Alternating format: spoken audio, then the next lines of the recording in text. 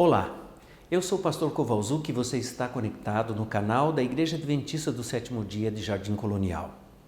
Nós estamos acompanhando a Semana Santa Restaurados por Cristo, apresentada pelo pastor Fernando Iglesias, orador da Novo Tempo. Em cada noite, nós meditamos na palavra e temos um momento de oração. Junte-se a mim e vamos orar a Deus. Pai Celestial, obrigado por teu cuidado por cada um de nós. Obrigado porque sabemos e sentimos que mesmo em meio a lutas e dificuldades, o Senhor sempre está ao nosso lado. Por favor, atenda o clamor do coração das pessoas que nesta hora estão sofrendo com essa pandemia. Existem tantos outros que estão lutando incansavelmente nos hospitais, nas casas de saúde. Por favor, abrace-os com tuas mãos poderosas, Senhor. Nós oramos em nome de Jesus. Nossos anseios mais profundos e o clamor mais íntimo do coração não está em segredo para Deus. O pastor Fernando Iglesias vai apresentar o tema Deus ouve o clamor silencioso do coração.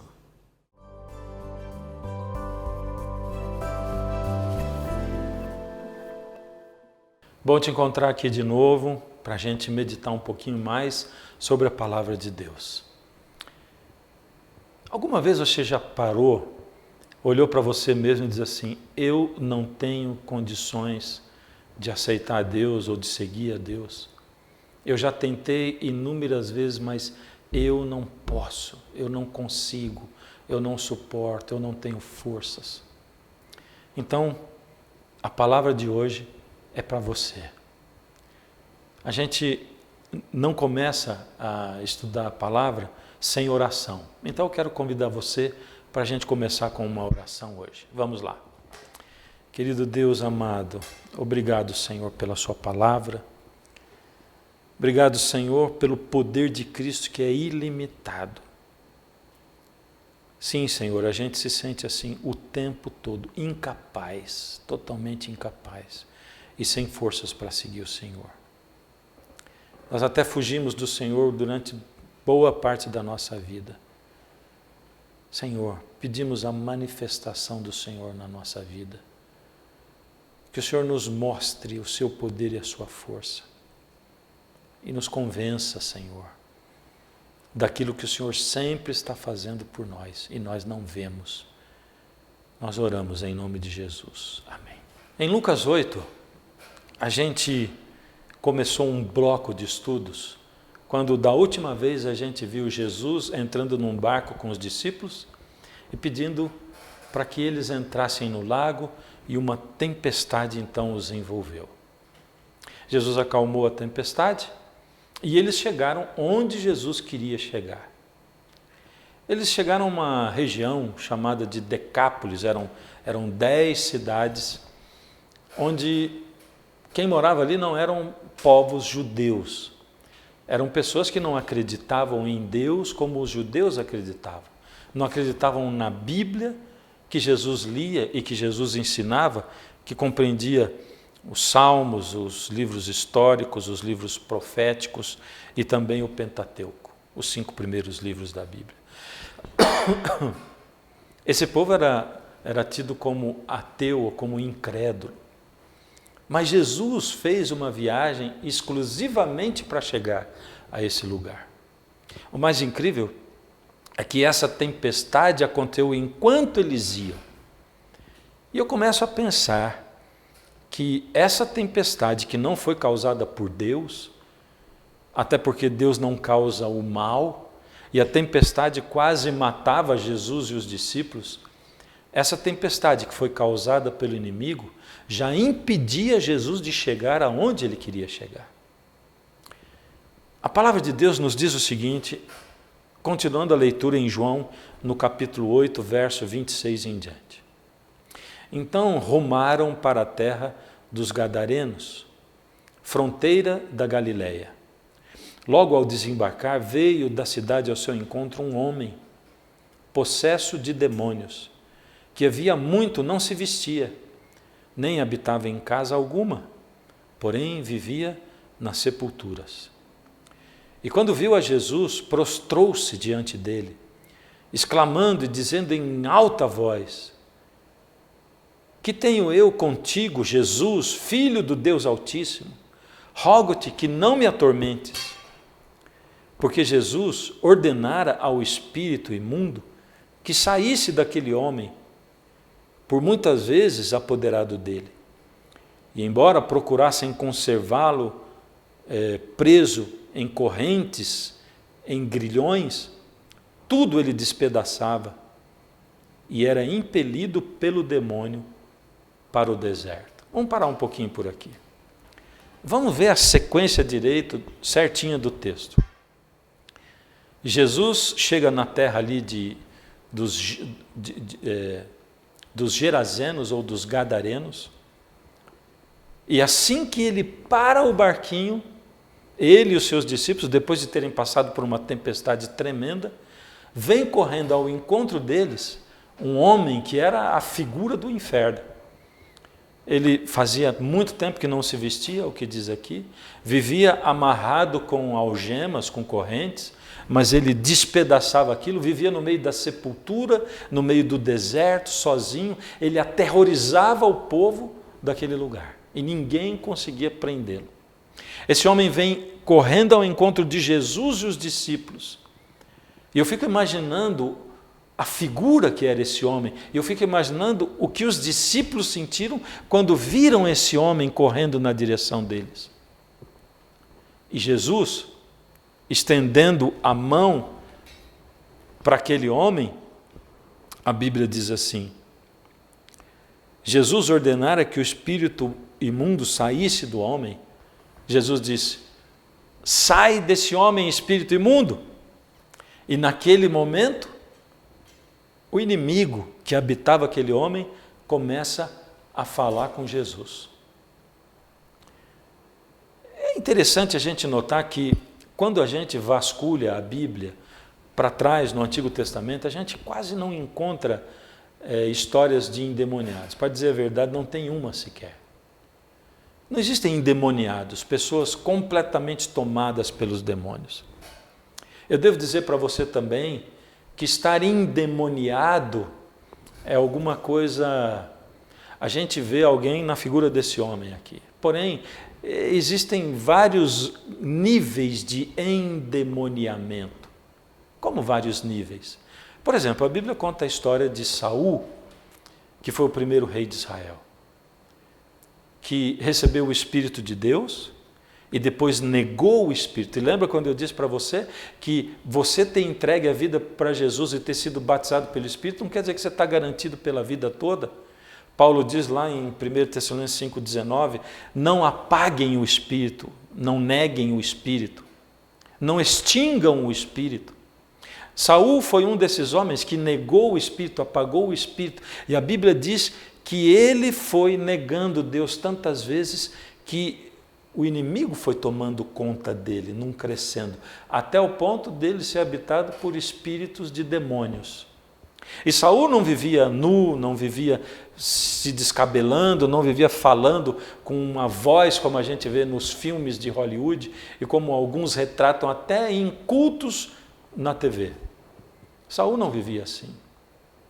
Porém, a Bíblia diz que ele muitas vezes era atormentado e habitado por espíritos imundos, por demônios. Ele tinha um grau, um nível de endemoniamento, ou um nível de habitação do inimigo na vida dele. Esse nível foi crescendo à medida em que ele foi se afastando de Deus. E você consegue claramente ver pessoas que, embora não sejam endemoniados, são pessoas que carregam dentro de si a fúria, são pessoas que carregam dentro de si um não entendimento, não entendem a vida, não têm um pingo de respeito pelo próximo.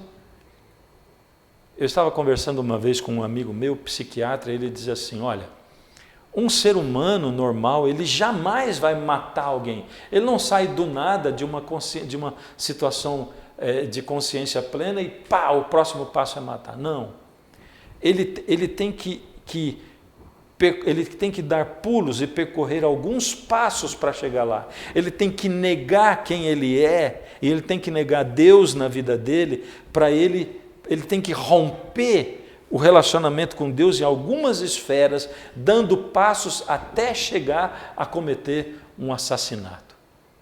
Ele faz mal aqui, ele xinga ali, ele agride ali, ele agride fisicamente, ele deixa o mal tomar conta da vida dele até que ele chega a cometer um assassinato. E ele diz para mim, e é possível provar isso por exames laboratoriais ou exames, uma tomografia mostra as vezes em que ele rompeu com a bondade ou com Deus dentro do coração dele. Saul foi abandonando Deus, e assim você vê muitas pessoas, à medida em que se afastam de Deus, numa não compreensão, num não amor ao próximo, num olhar para si mesmo e numa negação de tudo que tem de Deus e sobre Deus, de tudo que representa Deus na vida. Embora a gente não veja lá no Antigo Testamento homens endemoniados, a gente vê gente má, gente carregada do espírito do demônio. Porém, quando Jesus nasceu, a manifestação dos demônios e homens que perdiam completamente o controle e enlouqueciam como esse homem, alguns deles endemoniados, é porque sempre que Deus se manifesta nesse mundo, o inimigo se manifesta com força também. E aí nós vemos Jesus pegando o barquinho, sofrendo uma tempestade terrível no caminho, e quando Jesus chega, aquele homem vem para cima dele e dos discípulos, e vem com fúria, e Jesus fala com ele, e quando Jesus ordena que os espíritos se retirem dele, aquele homem diz assim: que tenho eu contigo, Jesus, Filho de Deus? Não é incrível isso? Que o inimigo saiba quem é Jesus e que ele é o Filho de Deus, o próprio Criador, o mantenedor. Jesus diz assim: como é o teu nome? Ele diz assim: legião, porque somos muitos. Sabe de uma coisa? Baseado na lei da liberdade de escolha, Jesus jamais poderia ter liberto esse homem dos demônios se ele não desejasse. Jamais.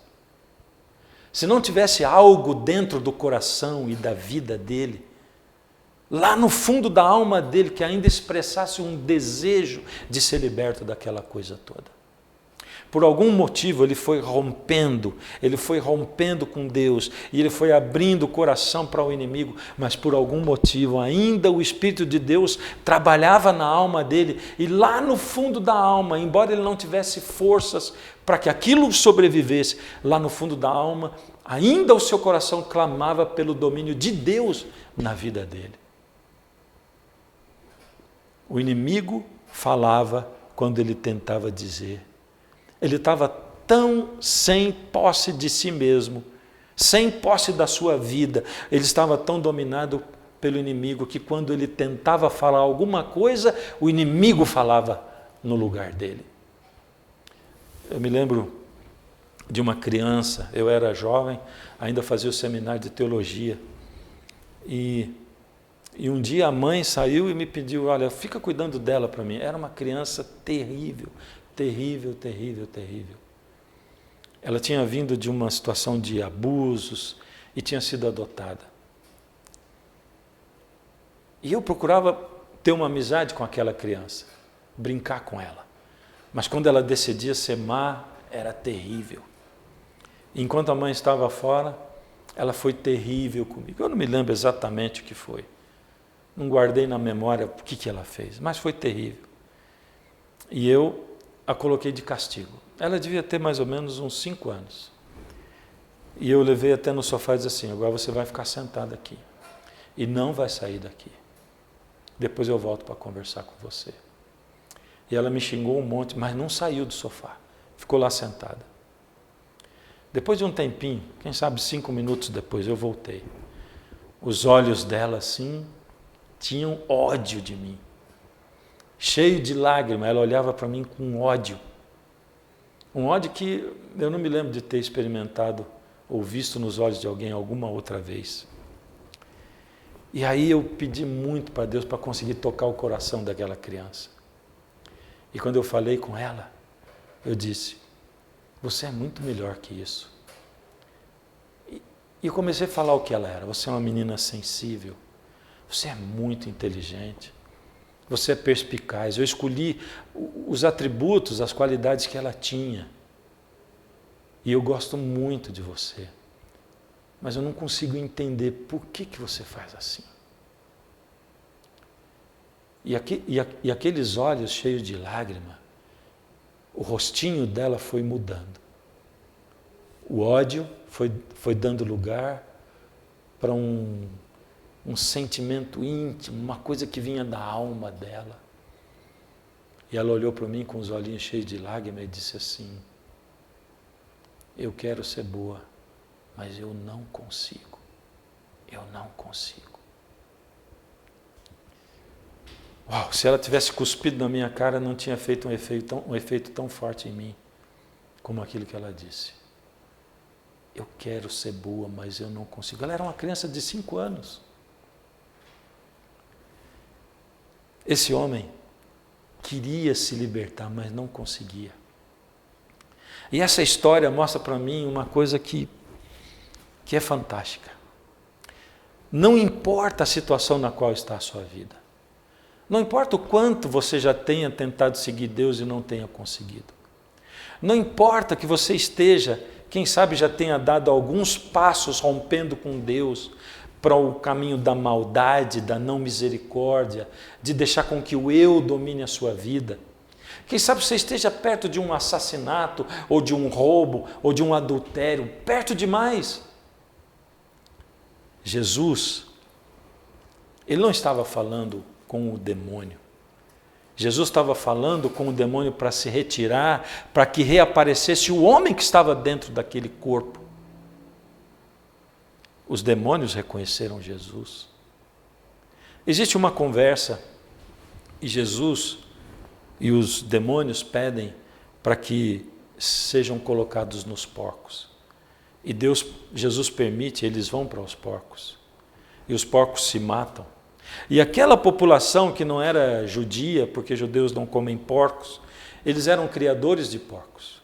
Era um dos meios de sobrevivência daquelas pessoas. E quando as pessoas souberam o que tinha acontecido, elas se voltaram contra Jesus. E elas pediram para Jesus ir embora da cidade. Essa história mostra para mim que quando Jesus se preparou para ir embora, os discípulos voltaram para o barco, o homem já tinha tomado banho, estava limpinho e completamente transformado dentro do barco. Não existe para Jesus uma situação tão difícil, não existe para Jesus uma amarração com o inimigo, como dizem por aí, tão terrível que ele não possa libertar você. E se existe um clamor dentro da sua alma, dentro do seu coração, mesmo que o seu exterior demonstre outra coisa, Jesus é capaz de libertar para você. Mesmo que você tenha assim, entregue a sua vida para a prostituição, mesmo que você venda o seu corpo, mesmo que você ache que já é impossível até constituir uma família, Jesus diz assim, não é impossível, eu ouço o clamor da sua alma, eu ouço o grito silencioso que está dentro do seu coração, mesmo que você seja um viciado em drogas, você diz assim, eu já tentei largar 1 milhão de vezes, é impossível, Jesus diz, não é impossível, eu conheço você, eu sei o que domina você, e eu tenho condições de dominar a sua vida se você me permitir. Eles encontram um homem sentadinho no barco, querendo ir embora com Jesus. E o homem diz assim, Jesus, me permite ir com o Senhor, eu quero seguir o Senhor por onde o Senhor for. E eu vou dizer para você o que eu sinto, se eu estivesse no lugar dos discípulos, o que eu ia pensar. Valeu a pena vir a esse lugar. Para encontrar esse homem, veja, ele vai ser o 13º discípulo. Não teve problema nenhum passar por aquela tempestade em alto mar.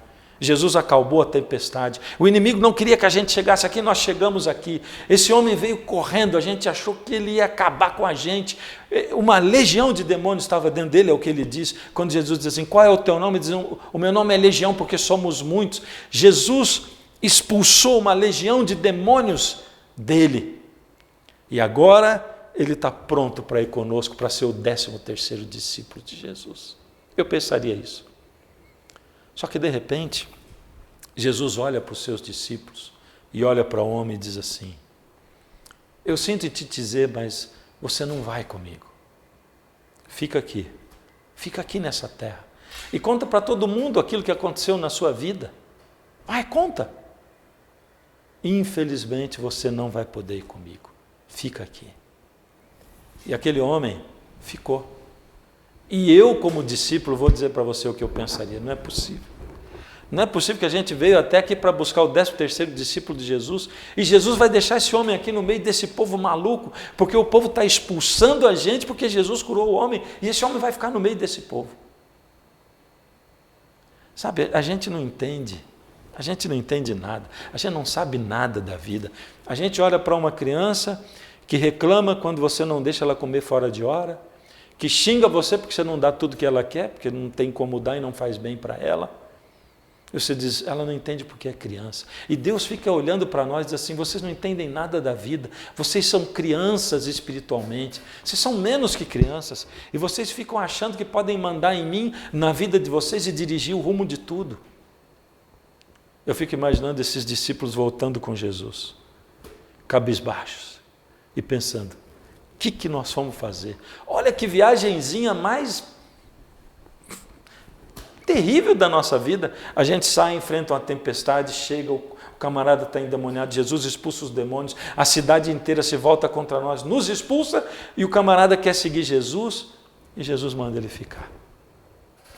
Acontece que com o passar dos anos, o testemunho de vida daquele homem, junto com as pessoas que sabiam quem era o endemoniado e que viam a vida dele e em quem ele se transformou, fez com que milhares de pessoas se convertessem ao Evangelho e a Jesus e aceitassem Jesus naquelas 10 cidades que antes eram totalmente descrentes.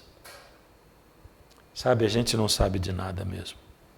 A gente não entende nada. Jesus entende tudo. E Ele sabe que mesmo os parentes que olham para você, mesmo as pessoas que olham para você e dizem assim, puxa, mas você é tão inteligente, como é que você vai começar a estudar um negócio de Bíblia, de crente?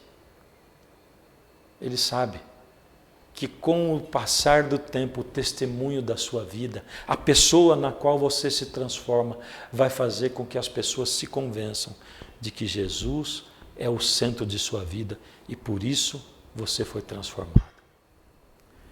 Eu fico olhando para a minha vida e pensando em tantas histórias que eu vivi nesse meu ministério pastoral. Eu me lembro de um homem mulherengo, sem vergonha. Viveu a vida assim, traindo a mulher e a mulher suportando. A mulher já não convivia com ele maritalmente, só conviviam na mesma casa. E um dia esse homem começou a frequentar a minha igreja. E depois de mais de um ano, ele pediu o batismo. Queria entregar a vida para Jesus completamente. Ele queria fazer o seu compromisso com Jesus. E eu fui visitá-lo na casa dele.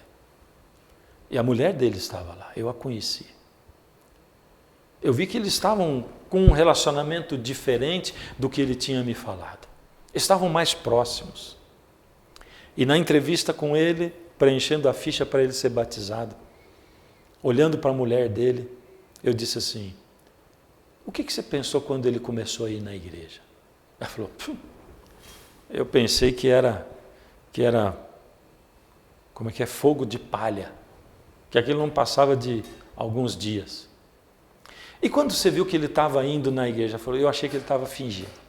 Eu achei que ele queria conseguir alguma coisa, ele queria fazer alguma coisa errada, e ele estava fingindo, ele estava usando aquilo ali como fachada para esconder alguma coisa errada. Eu achava que tinha alguma coisa muito errada acontecendo com ele. E aí? E hoje? Começaram a escorrer lágrimas dos olhos dela. Ela diz assim, esse homem me traiu a vida inteira. Ele judiou de mim a vida inteira. Esse homem me fez perder o amor que eu tinha por ele. Eu passei a ter ódio por ele. Esse homem judiou muito de mim. Ela disse. Mas eu não posso dizer esse homem. Eu tenho que dizer aquele homem. Porque esse homem aí, esse homem é diferente daquele que eu conheci. Eu nunca pensei que alguma coisa pudesse transformar a vida de alguém como transformou a vida dele.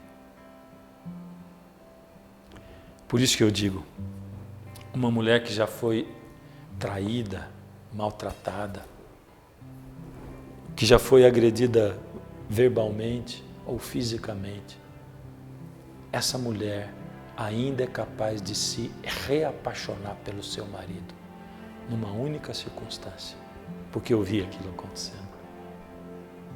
Se Jesus entrar na vida dele, porque ela vai entender que ele nasceu de novo, que aquele velho homem morreu e nasceu uma outra pessoa.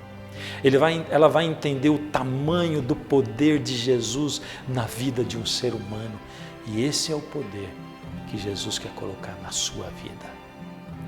Não interessa por onde você está andando, não interessa por onde teu marido, a tua esposa, não interessa por onde as pessoas andem, quando alguém se encontra com Jesus de verdade, mesmo que dominada pelo mal, Jesus ainda lê lá no fundo da alma, ele ouve um grito lá do fundo, e ele é capaz de restaurar a sua vida.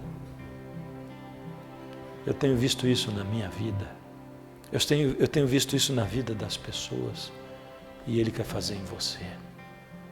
Mas você tem que permitir. Porque aquele grito silencioso que saiu do fundo da alma daquele homem também pode sair do fundo da sua alma. E se ele sair, Jesus vai escutar. E ele vai começar a operar a mesma obra. Mas você tem que conhecer Jesus, tem que conhecer a palavra dele. Porque é por aqui que a gente se aproxima de Jesus. É através desses relatos que a gente sabe quem é Jesus, quem ele foi e o que ele fez por nós. Hoje ele olha para você e diz assim: eu quero transformar a sua vida. Você quer? E se você quer, se você deseja, decida hoje estudar a Bíblia. Decida hoje se aproximar mais de Jesus, aceitar o convite do seu amigo que vive chamando você: vamos estudar a Bíblia, vamos fazer um estudo bíblico. E além disso, erga a sua mão. Ó Senhor, hoje nós pedimos forças para transformar o desejo que está no nosso coração em atos. Pedimos força, Senhor, para uma transformação sem precedente, porque nós sabemos que somos incapazes. Mas nós cremos que o Senhor é capaz de nos transformar. Ó Senhor, por favor, ouça o clamor e o grito silencioso que sai do fundo dessas almas. Nos transforma, Senhor.